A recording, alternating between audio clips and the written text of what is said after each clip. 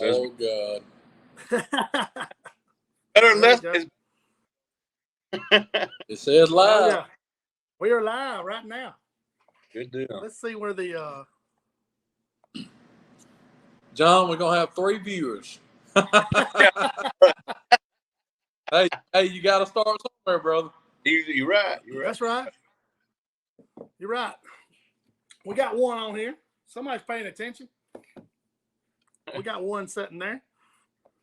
We'll let some viewers get on here before we get this started. We got 3. Can y'all see where it says the comments? Y'all, I should be able to see the comments when they come up. I don't see any comments yet. Greg saying, what's up? There's hair in the background for all Eric's trophies. I don't know. Yeah. There's so much bling behind him. I done dropped my phone. That's all right. I'm just sitting at my little table in here. Oh, yeah, I got a picture of that on there. I'll tap on the comment, Eric. I can tap on it. John, you may cover up like this. not photo. We got 18 folks. We're going to give y'all a few minutes to get on there. We got 23. We're going to get about 30 or 40, and then we'll take this thing off. Good deal. Yeah, we'll get some comments. I'll let y'all answer them. We got a few comments. Everybody just saying hey right now. So, hey, Eric. I ain't speaking a word unless Big Daddy Lawler gets on there. He's on there. Tommy Ezel's on here. What's up, Tommy? Oh, Keith and Greg and Delane and Chris Collins on here from old Ross Barnett. He's on here. Oh, Chris. Oh, plus size Chris. That's him. He's there. There's Big Daddy. He says he's here. He is in the building. I can't see the comments. I'll hit it. If I hit it right there, you'll see it. See it right there? Okay, I got you. If somebody asks a great question, I'll click on it and then I'll let y'all answer. So I sure will. We got 31. When we hit 40, we'll go with this thing. That'll be a good crowd. We had about 60 or 70 on here last week, and it was my dumb butt talking. So surely to goodness we'll load it up here. Oh man. Got a few John, where's my baby at? She's in Tuscaloosa with my oldest. She's gonna be here in Yeah, John's waiting on her. John's up there at Weiss Lake. He's up there staying Bay Springs Inn. Yeah, if I was smart, what I'd be doing is just fishing this marina out here because they've caught 2 $1,000 fish in the past 3 days. Sure have. I seen that. Tag fish. Heck, well, this tournament stuff, just do the rodeo fish. You know? Yeah, they caught a $50 one off the dock. I seen that. It was 2 $1,000 in the past 5 days. That said, tag program. Hey, look right here, John. There's a message from your wife. You see what that says? Uh-oh. She said, let me know if you need anything.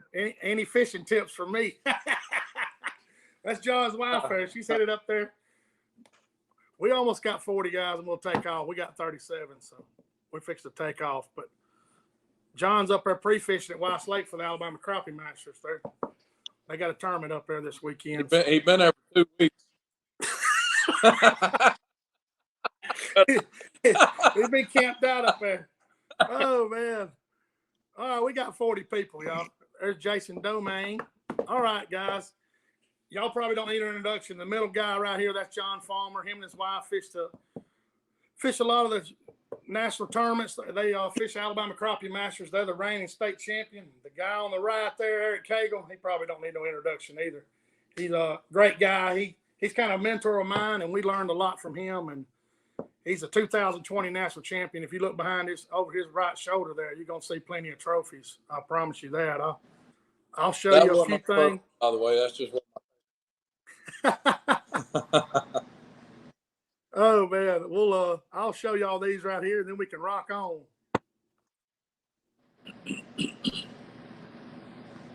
Let me see where we at here. There's Eric's trophy room out there, guys, if you was wondering. And if you zoom in on that picture, there's some little bitty blackfish in the middle right there. I think that's like, what did them weigh, Eric? 7 weigh 19 something? What was that? You know. Yeah, me and Wade McDonald caught those 7. That's the biggest blackfish string I ever caught. 7 weighed 1938. And no 3 pounders. Yeah, they're all just big 2 and something bit heavies. it's a hell of a trophy room for sure. And there's his national championship trophy right there, 20. That's his best catch right there on his hip right there. I promise you. She's a good woman. That's a fact. That's a fact. He is blessed, man. This is old John here. This is his Alabama Crappie Masters state championship last year. So these guys got great credentials, guys, and they're a hell of a fisherman. But we're gonna go on and get into this. And I'm gonna let Eric tell a story about it. He just fished the Red River in the ACT Elite Series, and I'm gonna let him tell you the story. He told me a few weeks ago. It's interesting, and it kind of lets you guys know what goes on in these tournaments. And all you get to see is the weigh-in. You don't know the ups and downs these guys go through and the equipment and all this stuff. But I'm gonna let him tell you the story, and it's an awesome story. Go ahead, Eric. We went down to Red River there in Shreveport, Bossier City, Louisiana, last weekend, and Elite Series. We got to. Can y'all hear? You good? Yeah, you can hear you. Okay. Went down there and we got to start pre-fishing on Tuesday, and Tuesday morning we had us a game plan. I've been there before, and there was places north that we couldn't get to last time we were there. The water in the river was so low, but our game plan was to try to get away from everybody and find some fish that weren't pressured and find something away from everybody. So we ended up running about 30, 40 miles north, and Tuesday morning, first morning, about 10 o'clock, I blow my motor up, and my boat's not even a year old. I blew my power head, and so long story short, we're 40 miles north and don't have anybody to help us, and we get looking at the map, and we're staying in Benton, which is north of the Red River South Marina, and Patrick Stone and I look at the map, and Patrick's like, man, we're only like 3 miles from the house. And I said, well, what do you want to do? He said, man, put me on the bank, I'll walk. I'm sitting there thinking like, golly, this is probably the beginning of one of those, unsolved mystery stories or something, But I put him on the bank, and he walked through these cow pastures and walked 3 miles and got his truck and boat and came back up the river to get me, which I was floating toward the ramp the whole time, but we were still a good 30 miles. And we had found a cut up there, the Oxbow Lake, we thought we could get in. And I'm going to try to make this story short, but we parked my boat on the sandbar and tied up when he gets to me. I get in his boat. We go back up there, and it takes us about 4 hours to clean this ditch out. We're pulling trees out. I mean, we're, tying a rope. I'm in the water tying a rope to a tree, and then we'll pull it out with the boat, go back and get the next one. So long story short, it took like 4 hours. We finally get in this place, and in about 15 minutes, we caught two 180s, like a 168 and a 150. Man, it was like loaded with fish. So anyway, we leave there, make sure everything's cleared out, go get my boat. It's 36 degrees and raining, keep in mind. All 3 days we're there. But he starts towing me back about 4:30 that afternoon, and we get to the boat ramp. It's raining the whole time. We get to the boat ramp at 7:30 that night. So day one, a long day, and I felt as confident Thursday before that tournament as I've ever felt in any tournament. I felt really confident that we did a good job pre-fishing, and we were on something different. And by saying that, I say that because we discussed it before we went. I don't long pole. I long pole about a month a year. When I go to Grenada to guide, at the end of February, we long pole, and that's about it. I cast the rest of the year. So, Lamar Bunning, Hayden Jeffries, all those guys who long pole year round, I didn't feel like we could go toe to toe with them on the same fish and beat them. So I felt like we had to find something. Patrick and I both felt like we had to find something different. And Patrick's really good with a long pole. He just doesn't do it as much as they do. So we felt like if we did something different, it would help us out. So, and we did. We did a good job finding something. But when we went in there to pre-fish that place, when we finally got in there, there was a guy. There's 4 houses in there. There was a guy on his tractor down there picking up some hay bales, and we waved at him, and he never waved back. He just kind of had a attitude. You could tell he wasn't but 40 yards from us. And we didn't think anything about it. Maybe he's just having a bad day. But anyway, long story short, the ramp.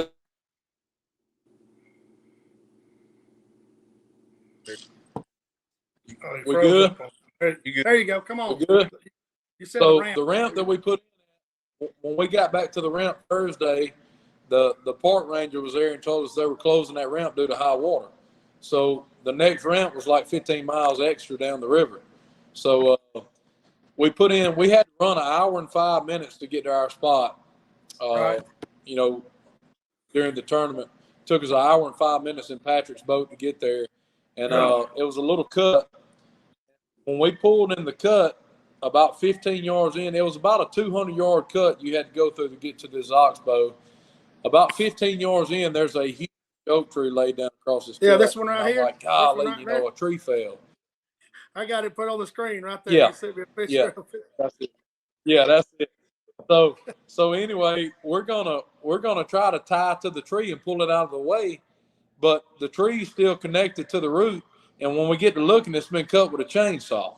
And I'm like, oh, this, and I'm like, this guy has come out here and dropped this tree across the opening.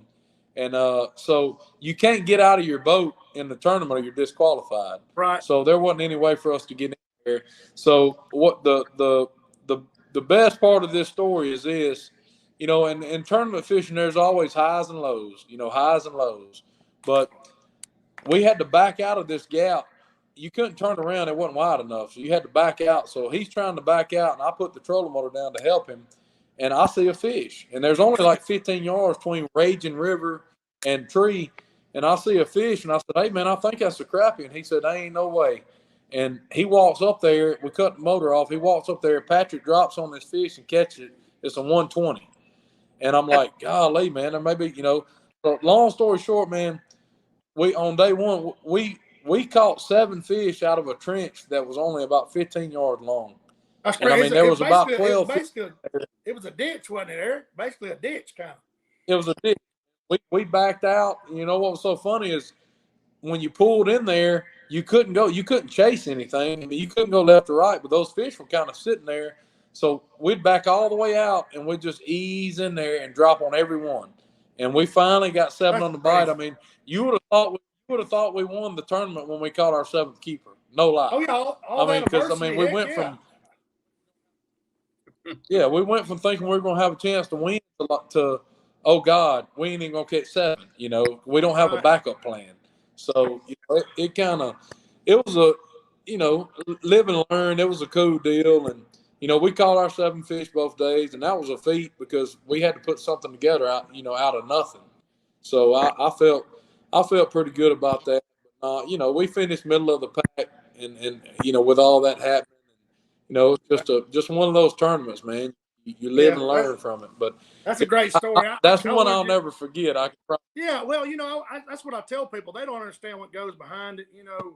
They think you just show up and everything goes hunky-dory and equipment breaks down, your electronics break down. I mean, you blew your motor, like you said, then you're 30, 40 miles. And I think Patrick Stone owns Grenada Tackle. He posted some cows. He had a whole adventure of his own. You won't forget that stuff like that.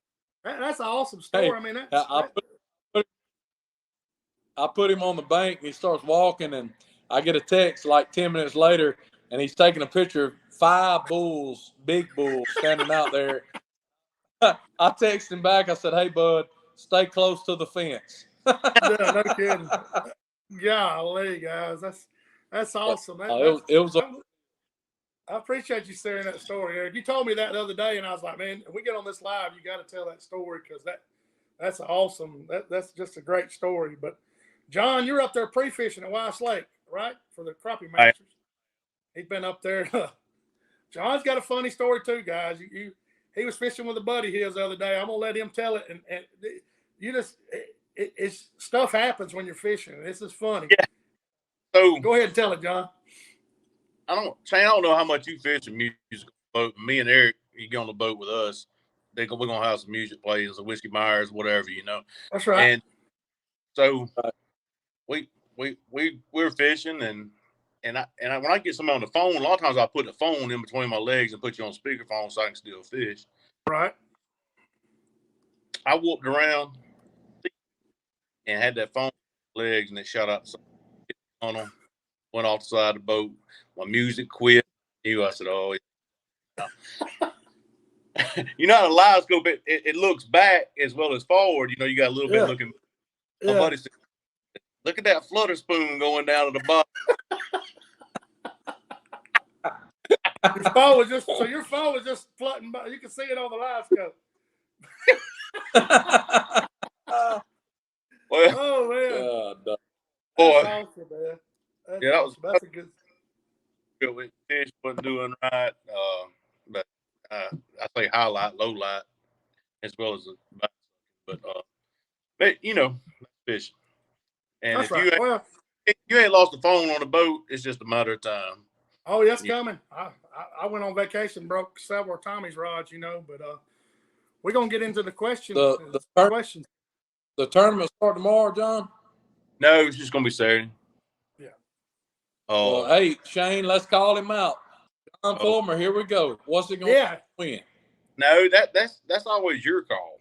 Because you pride yourself in saying, I was within a quarter of a pound of calling the weight. So what I call it, you follow the yeah, you nailed it. He nailed that one for sure. What you think's gonna win up there, Johnny? 12 and a half? I don't know. If I came in with above 12, I'd be happy. Yeah, that's at Weiss Lake. Now that's a weight. Yeah, I hadn't put that yet. Here I had 11 something yesterday. That's good. Today I try to. So 12's the shooting goal then. Yeah, I tried to go. And I found a pile of fish. I smoked them, but tournament fish. Suckers, you know, Eric, you know how they do over there. They'll get like 2 foot under the water. Yeah, shallow. Yeah, it was shallow fish, and they were in shallow right there. Hey, don't give all your info away, bud.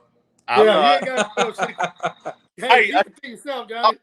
Hey, I will give that info away free. Exactly.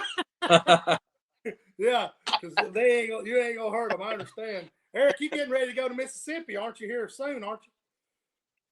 Yeah, I'll start over there on February 24th, and I'll be there through 3 days before the tournament. I stop guiding, and then we film for 3 days. Well, I film with Potsky for 3 days over there, the 3 days before the tournament. And then me and Patrick Stone are going to fish the tournament there, the Crappie Masters tournament there, and then I'll be back home till late June. Late June, you're going back? Yeah, we're getting ready to kick it up for sure. Right. Yeah, I'll be back over there for the summer, late June through probably the first or second week of September. Yeah, you've been doing. How many years you been doing that over there now? How many years you been doing that? This will be my 4th year. Yeah, I knew you've been doing it a while because that lake's it's a special place, but it can get violent too. I promise you, get that wind, something over there. That's right. It's you know, that lake, the fishing on that lake's really wind dependent. Luckily, if the water's up over there, you have enough ramp put in that you can kind of stay safe. You know about what ramp you put in. There's been a lot of boats sunk on Grenada Lake, but a lot of the boats that were sunk were at the dang boat ramp trying to put it on the trailer. You know, so the boat just rolls over. If you're coming, well, they trying to put it on the trailer, and then the waves start coming over the back. Right. So that's how a lot of those boats get. Golly. But if you come to Grenada this summer or this spring, you know, check the wind and make sure you put it at the right ramps over there. Yeah, that's some good information. I know when I came, you told me, "Hey, we're putting in at this ramp." And that's all I needed to know because I figured y'all were keeping up with that wind. I've only got one day out there where it was bad, but Patrick Stone, he's guiding over there. I guess he's guiding every day over there right now, isn't he? Yeah, he is. They've caught I think they've caught 2 3-pounders in the last 3 days. So it's they're catching some for sure. Yeah, I know he. While we're talking about Patrick, we need to discuss the new heads. I got some on the way.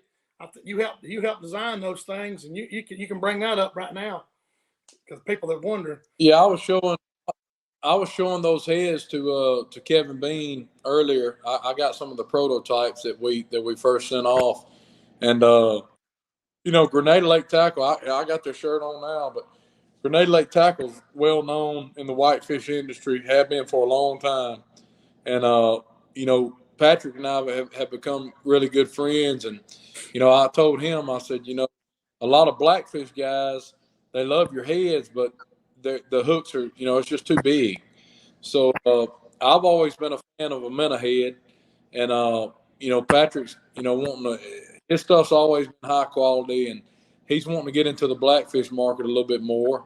And so he and I designed a minnow head, and it's got a lot smaller hook in it, but it's a good hook. It's not a wire hook. It's actually a hook that you can use on a long pole or braid. I mean, it'll withstand a long pole too. So it's the barb on a blackfish head is very important, and y'all know what I'm talking about because y'all seen what I've used for a long time. But the barb that holds that plastic up, I'm not a big fan of a wire keeper. I like a lead barb because a wire keeper, it seems like to me the jig will turn a little bit. If you got a good lead barb, it seems like when you stick it, it stays better. Your jig stays straight. Well, instead of having one big lead barb that'll tear your jig, what we did is we did two decent sized but smaller barbs that are slightly staggered. One's here and then one's on the other side a little bit further down. So the barbs on the heads are really what's going to make a big difference on those smaller baits. If you're using a small bait for a blackfish or even whitefish, it's just a smaller version of a Grenada Lake head, but it's a minnow head. It's a minnow head profile, and they're going to be really good. It's going to be a really good head. So I'm excited. The ones that he's sending me are supposed to be here tomorrow. So I've been using a prototype of them. We used it at Dale Hollow. We won that tournament at Dale Hollow on those heads, and I've been using those heads for the last 3 months. But the big shipment just got here, and they're on the way. So I'm excited about that.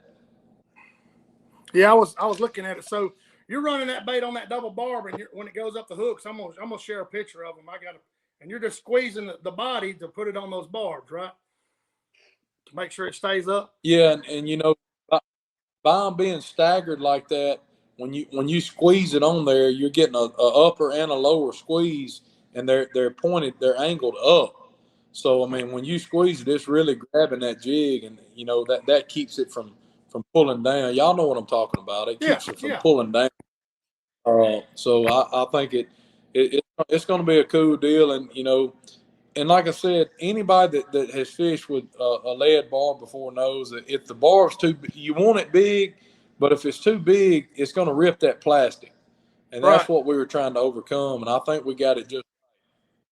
That's gonna be good. Yeah, I got some on the way. I ordered some. I was on Patrick. He was waiting on them to come in, so they're coming.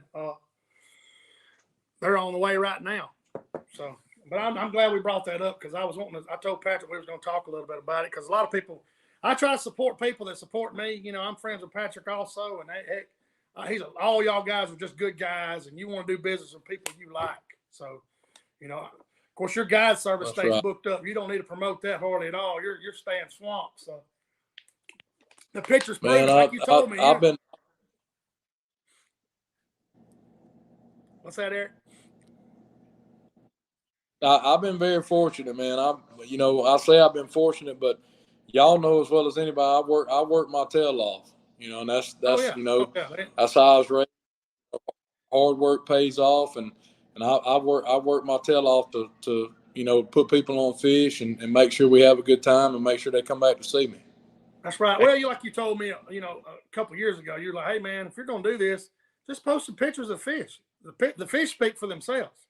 If you can produce, That's right. This guy's got a good question right here. I'm gonna let you answer it, Eric, because you do a lot of it. Jimmy Lawler's asking. He said, when y'all pre-fishing these tournaments, are you just locating or putting some in the boat too? He wants to know if you're actually catching fish or how you being selective or what. Man, I'm speaking for me. Everybody pre-fishes different. Like John just went out today and just depleted his whole hole he was going to fish. I don't do that. He went over and sore lipped every one of them. No, you're not. No, but don't. Might as well go ahead and mess it up for the next guy. No, on a serious note, it really depends on where we're at. But I've always said my number's 2. 2 is my number. If I catch 2 tournament fish in the area, I'm out of there. I think 1 can be a fluke. I don't think 2 can be a fluke. I think if you catch two good fish in the area, they're there for a reason. So if I catch 2 fish, I'm out. I catch 2 tournament fish, I'm out of there. Gotcha. You're treating it just like a big deer in the woods. They go the same. If they're in there for a reason. You ain't gonna mess with them. You're gonna get out of there. I got you. I appreciate that's right. Shane, I question. Go ahead. I want to make a comment on this. Eric told me something one time. We were both at a tournament together, and Eric didn't even have a pole out. He was just going. And I said, "You ain't fishing at all?" He said, "I know what they look like. I ain't got to catch them." That's right. Hey, and that's a good point. And I say 2 is my number, and I still try to catch 1 or 2 just to make sure. Because y'all know, y'all see if it'll unfreeze. Y'all done it long enough now. You know that, different days that life looks different. I mean, it's just certain days and certain bodies of water, it looks a little different. So, yeah.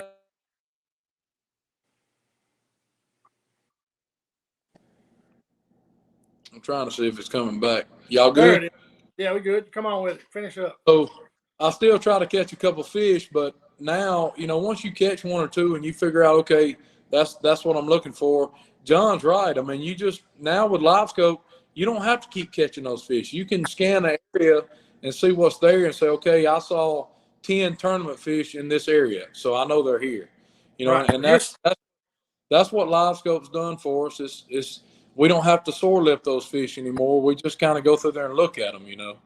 Yeah. Well, I know that unless the conditions change, the water rises or falls out, those fish aren't going to be far from there, are they? No, and you hear the thing you hear on a tournament stage more than anything else ever is these words: "Our fish moved." No, they didn't. No, they didn't. They might have went a little bit shallower, a little bit. They didn't. They're there somewhere. They didn't move 10 miles down the lake. They're in that area where you saw them at. You just gotta. And some days, the biggest thing is some days those fish just don't come off the bottom. They stay on the bottom. That's what Chris Collins is asking right here. He's asking a great question. He said, you bring that up. Crappie in the mud, what are you looking for to identify them stuck to the bottom of the target? Seems to be a little talked about topic. Are they ambushing bait? Are they hiding from pressure? Chris is just wanting to know because you want to know what they look like, what you're looking for, Eric. Man, it's just honestly the fish that we catch on the bottom. You sometimes you'll see it just a slight hump on the bottom, but a lot of times it's just a bright spot, and you can let your and hey, there's no way to tell if it's a crappie or not. You're getting. So you let that jig down there and just bump him, play with him, and try to get him to move and come up. And if you can get him to move and it's a crappie, you can usually catch him. If that fish comes off the bottom after a bait, in my experience, he's usually going to bite. If you can get him to come up, and acknowledge the bait off the bottom, he's usually going to bite. But it's hard to get them to react when they're on the bottom. They're down there for a reason. So, a lot of times they're just sitting there. But, I think guys are catching some of the bigger fish like that that are sitting on the bottom. We've caught several good ones. And, I think Hayden and those guys, I think if they see a bright spot on the bottom, they're dropping on it. It's like me. You told me in that timber, I'm looking at one of them big fish, and you said, "Is that a carp? Is that a crappie?" Heck, I'm throwing at it. Most time it's a crappie that comes off there. If it's stalled out and not moving, I'm throwing at it. That's right. If I don't catch it, it's practice. It's good practice for me. Let's get to another question here. Let's see. Kyle Wingo wants to know, a lot of people ask this, is just starting out or trying to learn some stuff. He said, what is your most successful type of structure to fish, and does it change throughout the year? Eric? Go ahead, John. You get that one, John. A good way, people want to know what they look like on the bottom. when those fish dive to go to the bottom, stay with them and look at them. Yeah, That's And right. some get where you can't see them anymore, and some of them get where you can just see the fish that are back. That's a way to pick it out. Because you'll see it all the time. Them fish will be going to maybe boat slap, somebody idiot on the boat, fish go to the bottom. Watch the fish the whole time while he's going to the bottom and keep looking at him. And a lot of times he might be down there 5 seconds and come back up. When he comes back up, he's usually going to eat. Yeah, I think when those fish come back up, what John's talking about, when they're coming up, if I always say if you can get a bait in front of those fish when they're coming up, it's most likely going to be successful because they're already looking up. So if that bait's coming down while they're coming up, they see it immediately, and they're more likely to strike. But because they're already postured up, like you said, their eyes right. are up. Okay, Yeah. I got But you. no, Kyle, the structure question to Kyle there, and I'm speaking for Alabama when I speak on structure, but I've made as many brush piles as anybody up here, and I've tried everything from PVC to cane to hardwood to, I've cut, bushes out of my yard. I've tried everything. I don't like PVC. Cane is pretty good, but if you got any beavers in your lake or anywhere around, they're gonna find that cane pretty quick, so it doesn't last as long. But most of the piles that I catch fish on here consistently, and really, to be honest with you, the bigger fish come off natural hardwood that grows on that lake. So uh, we got. I know y'all tired of hearing this word, but we got sugarberry bushes that grow here. Sugarberry. That's what I use mostly, but I'll incorporate that sugarberry bush with some hardwood. So I might go cut the top out of a oak tree, but anything green with green leaves on it, that's what you want. You want something green on that hardwood, and once you get that, you can mix some of those brushy bushes in with it. But if I had to choose one thing to fish year round, it'd be hardwood. No doubt. So you're cutting little hickory, little hardwoods, just a little whatever, red oak, whatever little small trees, and you're mixing with those sugar berries to kind of give the minnows something to get in and the fish to get something in. Yep. So you're creating a good environment for them to be in, and and you can get your bait through it. So. Yep.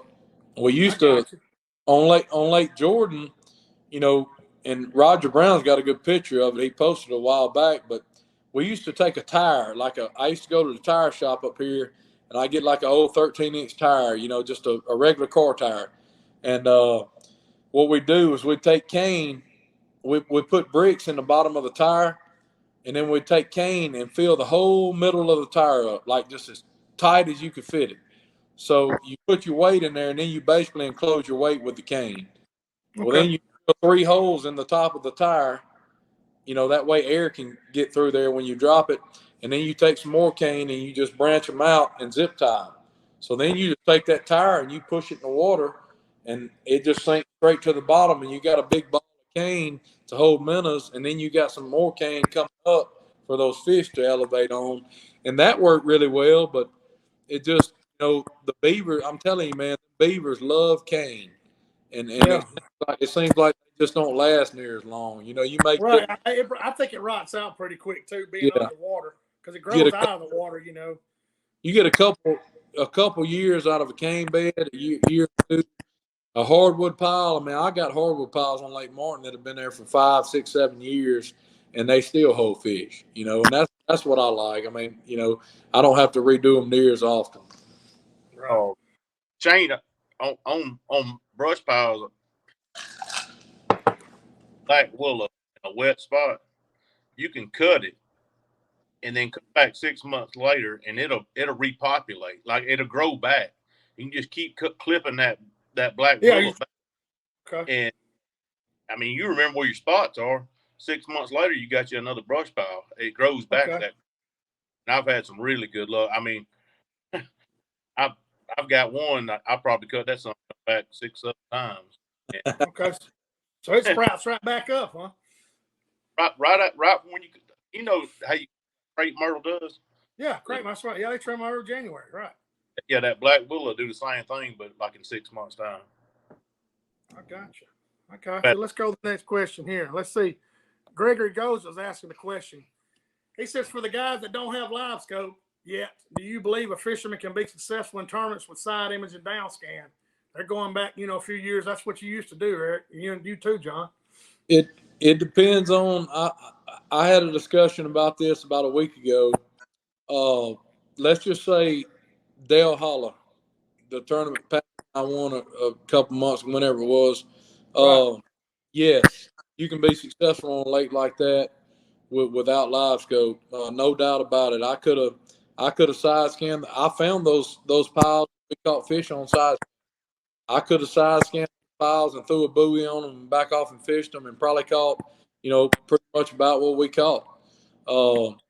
It's just we've gotten too dependent on live scope. The guys who are using it, we've gotten really dependent on it. And I still run a couple, not many anymore. But the last 3 years, I've got guys that don't like live scope, so we don't turn it on.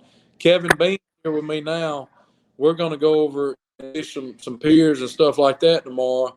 And I'm going to tell you now, we're not going to use live scope. We're not going to be looking at it. We're just fishing for some big fish in the morning. But to answer the question, yes, on a blackfish lake, when fish are on brush, you can be successful without live scope. Now, when these guys are chasing big whitefish in open water, or they're fishing, no, they're going to beat you. And I hate to say that, but that's just my opinion. But I think it depends on what kind of fish you're fishing and what the situation is. If they're in open water or if they're on brush. But if those fish are in open water, you're about to get beat in a tournament with live scope, because they can go through there and pick out just the big fish, and you can't.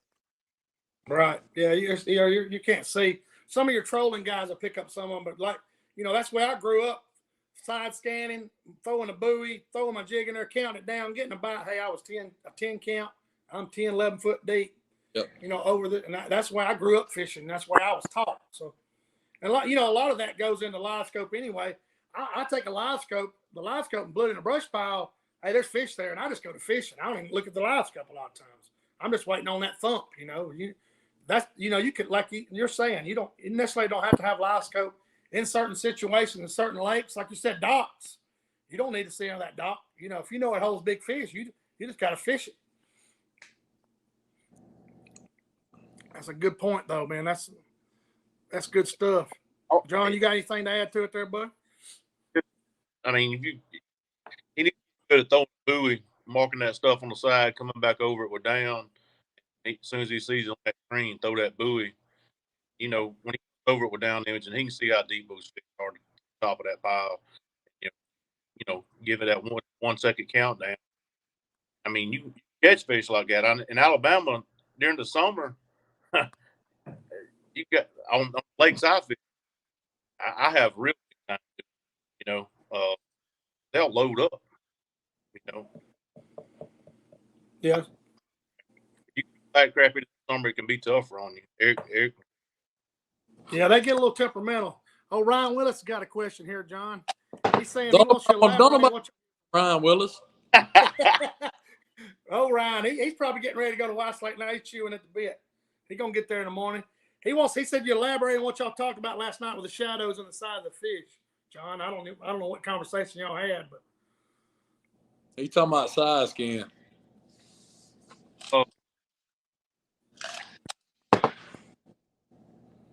It's obvious you get a bigger shadow, it's a bigger fish. Right. So what y'all talking about, guys? When you side scan these fish with your hummingbird or ants or whatever, those fish are up off the bottom. You'll see the shadows below them, and I guess you gauge the size of the fish, by the size of the shadows.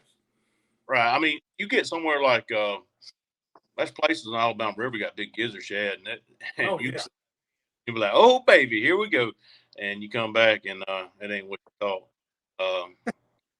Found you a good crappie and big gizzard shad, and because they throw out a good sized shadow, you just got to go back and check that stuff and be repetitive. But people that don't use side imaging and just want to drop that live scope, when they go to a different area, they're gonna miss out. Right. And tough day, I should say. You know, when I first started, Eric told me, he said, you got to have a complete game if you want to bump around and, you know, go to different areas and be successful. And that's the truth. You need to be able to side scan, live, break down a map. That's right. Yeah, that's exactly right. I don't know, Eric. I don't know how you and John do it. I know you know without giving out any secrets, but how much does the map play into, you know, the reading of the maps and stuff? You know, what are you doing? If you go into a new lake? What are y'all getting together? Like, hey, I'm going to this lake, never been here before. Are you looking at navionics? Are you looking at a paper map? What are y'all doing to get set up to go, you know, start your first trip? I'm looking to see if the map on Lake Master first, because Okay. I like Master a lot better than I like Navionics. If it's not Lake Master, I'll use Navionics, but the shading on Lake Master is what helps me. I shade those depth areas. You know, when I find fish, I can pinpoint them by shading those depth areas, and that's what helps me. But you know, as long as there's a topo of the lake, I'm good. It's when you don't have ones when that hummingbird really comes in handy. But Right. I start out by studying that hummingbird map if it's, you know, mapped. But if not, I'll go to Navionics. But for prime example, Darbone. Darbone's not on Lake Master. It's on Navionics. So when Okay. we were there 2 weeks ago, we had to use Navionics. But yeah, mapping's especially, man, especially on blackfish. Right. Mapping is very, very important on blackfish. Man, and I, you know, I'm just gonna be straight honest. A lot of those lakes in Louisiana, Texas, you know, hell, a lot of those lakes you ain't got to have no map. I mean, you can put your live scope. There's so many fish. You put your live scope down and just go fishing, and that's Right. fine and good too. But you know, I mean, my home lake here, Martin's 44,000 acres. You ain't doing that up here. I mean, No, no, that's a these big fish, place. hell, Shane, you came up with me a couple of weeks ago. These fish are only in certain areas, and if you can't side scan to find them, you're in trouble. You Right. know. You're looking. Yeah. Whether you're catching them, you're exactly right. You got to have a whole, like you said, a whole system to go about it, to pinpoint where you think you may start. And like I said, the good thing about fishing, uh, I always say you know where not to fish. You know, after you've been through there a day, say, hey, this ain't gonna get it. But if you catch fish, you're like, hey, I'm gonna try to mimic this area.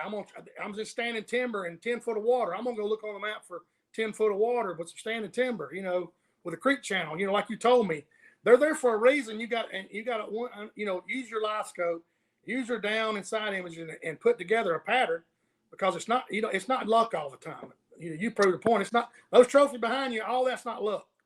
So I'll throw a tip out there for, you know, and I'm speaking about blackfish, but I'll throw a tip out there for especially for this time of the year. Uh, Usually end of February or mid February to really till they go spawn. On these blackfish lakes where these fish school up at, you know, these fish get so shallow that you can't see them on side scan.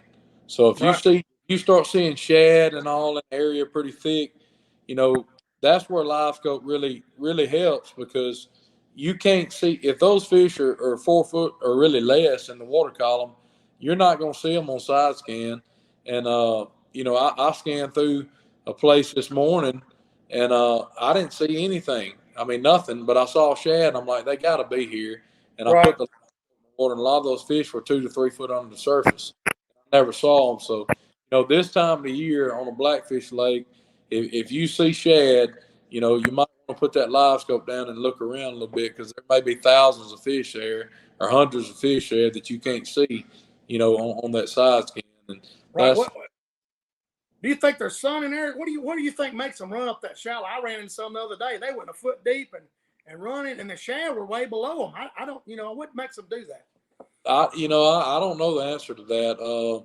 It's just it seems like in February, March every year before they go spawn, a lot of days, especially if we have like a little warm front, like we're having now on a sunny day, like especially when it's sunny outside, them jokers will get. I mean, yesterday on Lake Martin, we were catching fish so shallow that on the live scope, I mean, it was schools of them, little schools of 10 and 20, but I could not see a gap between the fish and the surface of the water on the live scope. I mean, I had to go to a 32nd ounce jig, and they're just shallow, but also these fish will push back. Like if you've been catching fish in 30 foot of water, and that's where you've been catching them the last few weeks, and then you're not seeing as many, and we're in a warm front like we are now. You better go on back there in 15 foot of water because that's where they're at.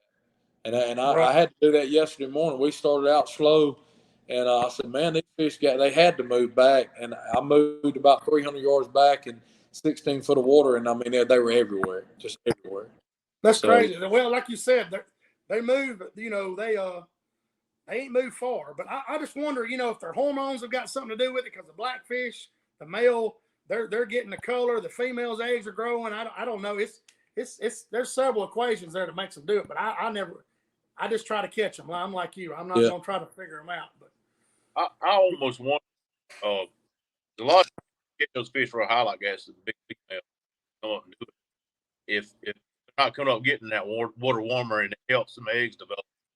Maybe. Like I said, that's a valid point. I don't, scientifically, I don't know the answer, but I mean that, hey, sounds good to me. That's right. Old Brandon Threadgill's on here. He's saying hello to everybody. He's right here. He just Who is that? tuned in. There's old Brandon. That you eat, so. Yeah, like I said, if you can answer that, but we learn more every trip, and that's why I wanted to start this because, we talk about crappie fishing all the time. You do it all day and still talk to us about it, which, that's a blessing for all us. But, you're learning all the time. I learn something every time I go to the water, I do too.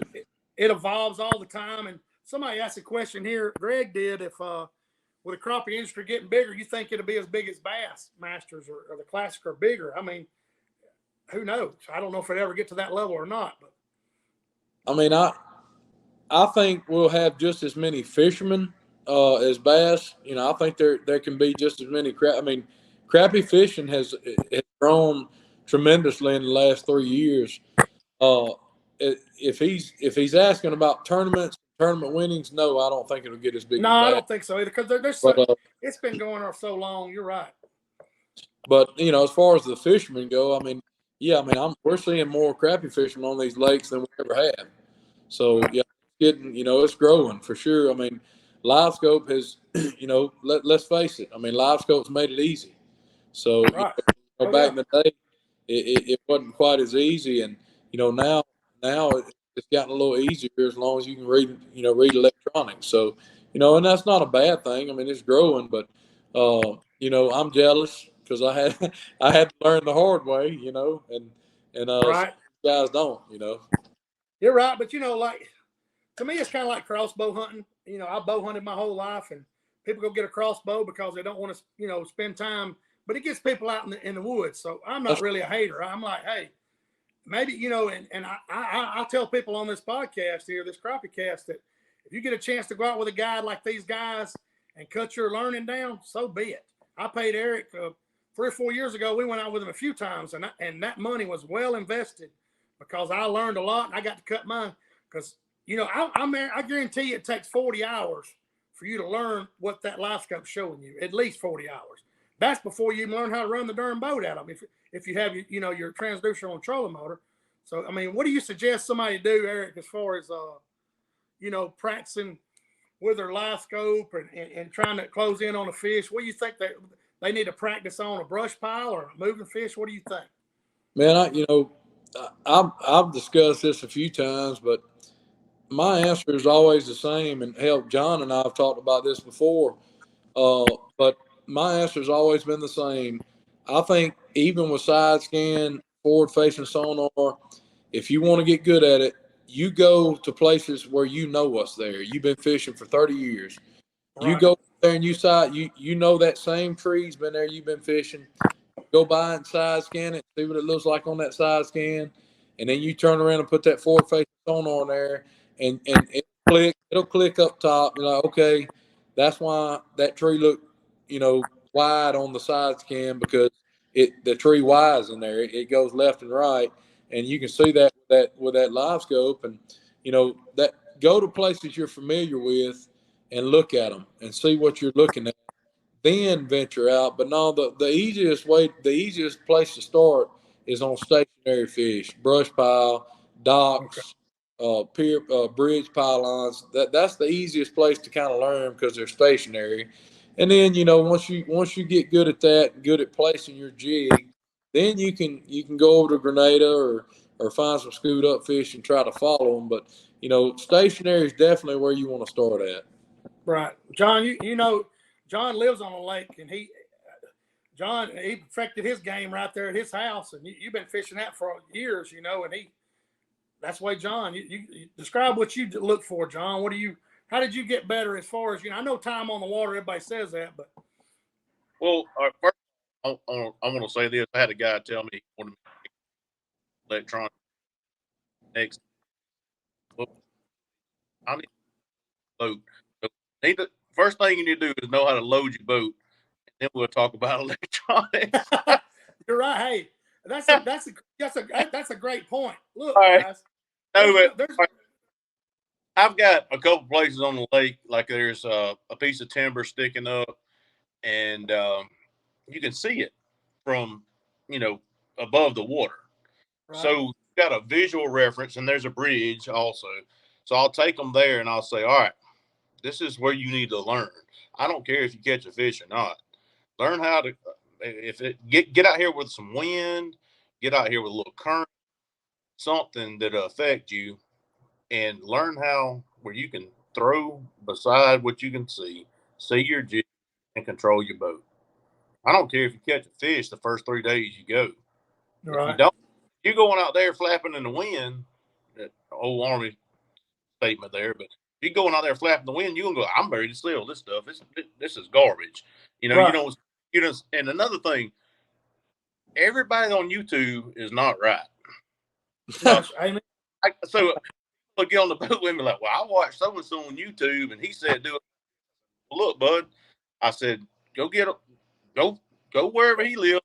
Boat. I said makes sense for me, but go find you a bridge piling or something you can see, and mess with it to where you can throw that jig, see it on the scope, and bring it by that piling or pole or whatever it is, and use as light a jig as you can.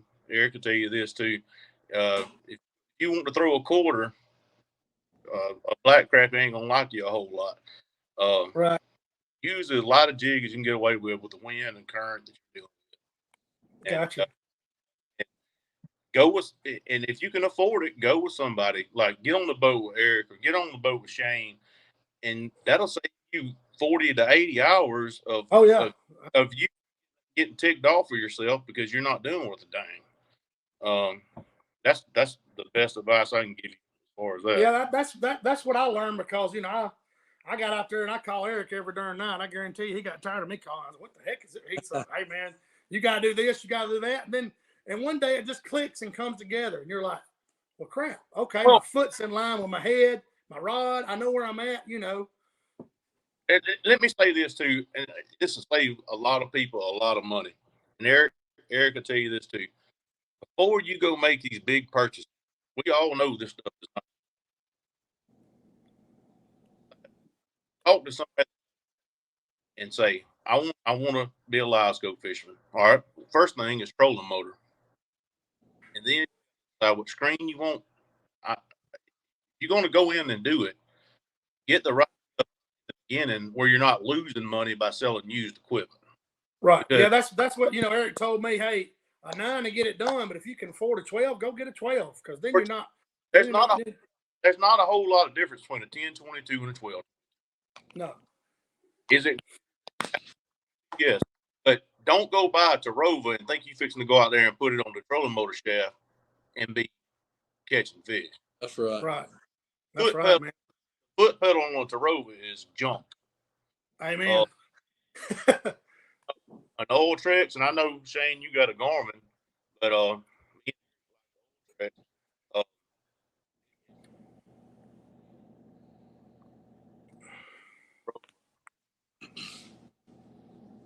it's harder to throw, you know. Yeah. John's out in the sticks tonight, it sounds like. Yeah, John's breaking up a little bit. He's out in the sticks. Hey, Eric, I got one more question. We're going to get off of here. I got asked the last podcast I got, a guy said, what determines what size jig, what color jig that you throw? Is, you know, and just try to answer that the best of your ability, because it was a good question. John just kind of stated my opinion on that. I throw the lightest jig I can get away with, and that was a big factor at Darbone in that MLF tournament. The wind was blowing pretty hard, and I should have went lighter on day one, and we would have done better, because I figured it out on day two. Me and Patrick started catching because we were using a lot of jigs that float it longer. The longer you can keep that jig around that fish, you know, the more chance he's got to see it. So, you know, the lighter jig, the better. You know, you don't want to take 2 hours to get to him, but I mean, whatever is the most efficient and the lightest to get to the fish is in my opinion, is the best. You know, so the lighter the better that you can get away with. What was the second part of that question? What color? You know, what color jig, Eric? You know, colors. Hell, y'all both gonna laugh when I say this, because you've heard it 100 times, but I use 4 colors: black and chartreuse, orange and chartreuse, monkey milk, and like any shad or like a gray, any gray, and that's it. That's all I use. I'm not telling you I don't ever throw something on there just to play with, but I mean, if it comes tournament time, I mean, I got 4 colors that I use, and you know, that's what I'm confident in. That ain't all that works. Just what I'm confident in, you know. Before, hey, real quick, I was going to tell y'all this. I know y'all saw that video today, and I've already put them on my other boat. But this skeeter that I'm fishing out of right now, that I hadn't paid this trolling motor any attention, and it's real loose. But those shims that I put in that trolling motor today, I'm telling y'all on that. Yeah, you need to share. We need to say something about that. That's on the Ultrex.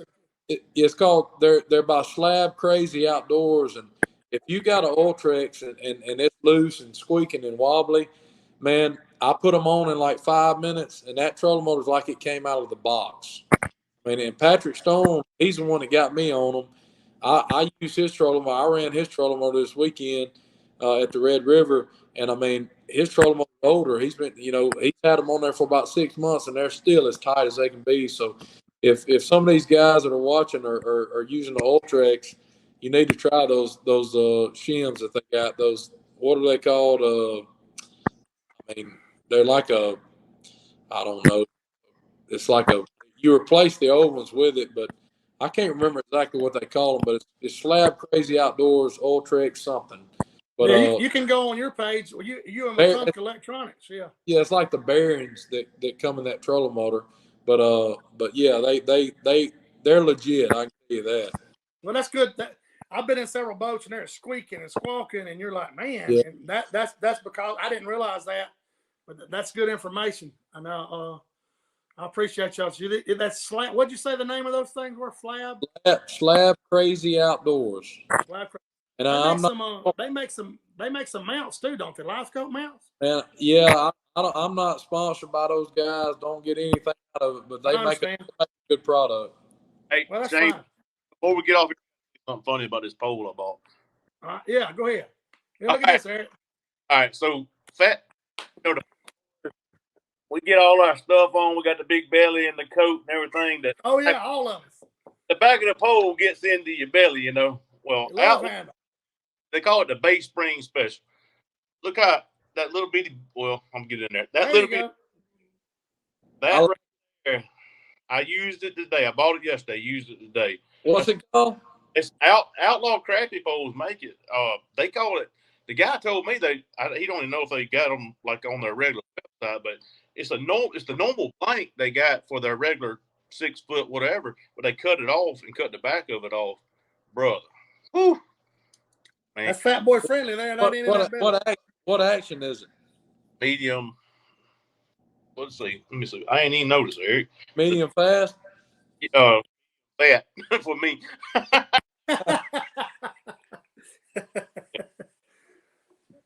Medium light. I like it. I used it today a good bit, but I just thought that was funny. I said, man, this thing's out of my gut. Hey, y'all always wonder why I wanted a short handle. Yeah, Eric actually cuts all the rods off he uses. He cuts them all off. But man, I appreciate y'all guys. We've been on here an hour and it went by fast, and I could stay on here all night. But I appreciate you, Eric, your time, and John. And you be careful in the morning and post some pictures. I know you will. And John, you good luck in your pre-fishing. You waiting on the missus to come up there tomorrow. So Got to get my fish detector here. She's here in the morning.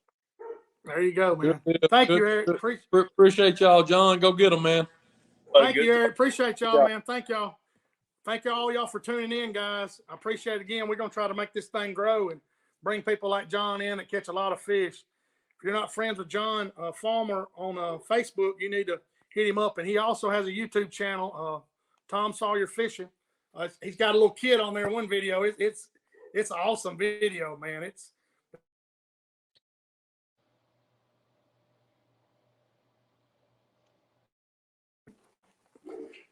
There we go. See you guys later, man. I guess that phone call I got messed up the broadcast. Thank y'all again for watching. Appreciate y'all guys. We had like 60-something people on here. A lot of comments. If I didn't get to your question, please get on there next week and I'll try to get it answered. Thank you, guys.